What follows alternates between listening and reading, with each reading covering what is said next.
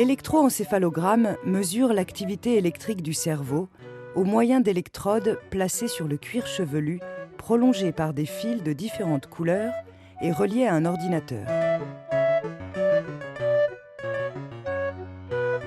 Vous êtes accueilli dans un service de l'hôpital ou un centre d'examen privé.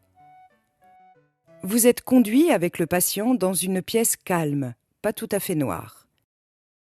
Une caméra est parfois utilisée pour filmer l'examen. Le patient est allongé sur un lit plutôt confortable. D'autres positions sont possibles, mais toutes ne sont pas compatibles avec l'examen. Pour favoriser le calme et la détente, il peut y avoir de la musique relaxante. Pensez à amener le doudou de votre enfant. Les parents sont la plupart du temps souhaités auprès de leur enfant durant l'examen parce qu'il rassure et apporte le calme. Il peut arriver cependant que la nervosité de l'enfant augmente, parfois simplement en ressentant le stress des parents. Or, la nervosité et l'agitation risquent vraiment de compromettre la réussite de l'examen. Il peut être alors utile de demander aux parents d'attendre dans une pièce à côté.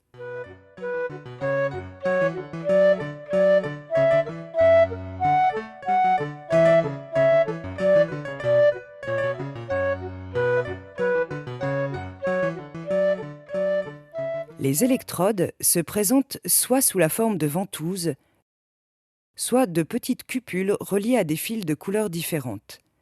Elles sont posées sur la peau au moyen d'une pâte adhésive, puis parfois fixées à l'aide de scotch ou de compresses enduites d'un produit appelé collodion. Il existe également des casques qui peuvent être posés directement sur la tête du patient. On pose aussi des électrodes sur le thorax pour enregistrer le rythme cardiaque et la respiration. Lorsque le patient présente des crises avec des sursauts ou des chutes, il est utile de placer des électrodes sur ses épaules pour enregistrer les secousses musculaires. Cette étape de pose des électrodes nécessite une certaine coopération et une immobilité, qui peut être difficile à obtenir lorsque le patient comprend mal ce qu'on lui fait. Une étape qui peut donc sembler longue, parfois une demi-heure, voire plus. Mais la qualité de cette pose des électrodes est fondamentale, puisqu'elle va conditionner la qualité de l'électroencéphalogramme et sa lisibilité.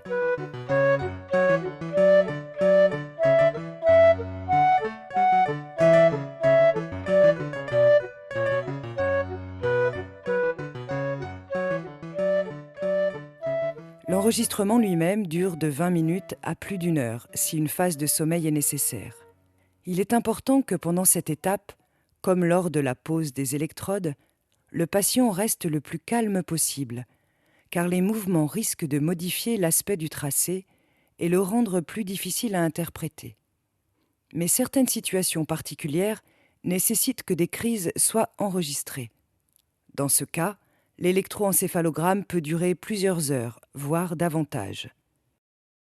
Après l'âge de 2 ans, une stimulation lumineuse intermittente est systématiquement réalisée pendant l'examen.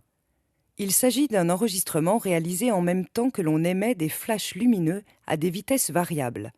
Une réactivité à ces stimulations est observée dans certaines épilepsies. Il est demandé aussi aux patients de respirer profondément et de souffler pendant quelque temps. Cet exercice, que l'on appelle hyperpnée, permet de mettre en évidence certaines anomalies ou de les amplifier.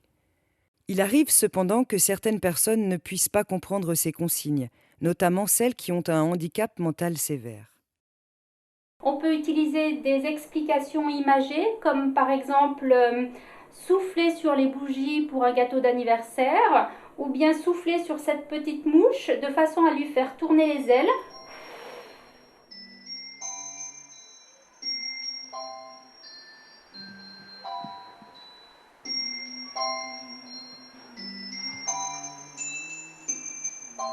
Il est aussi souvent nécessaire de faire des mesures en situation de sommeil. C'est pour cela notamment qu'il est demandé aux parents de priver d'un peu de sommeil leur enfant la veille de l'examen.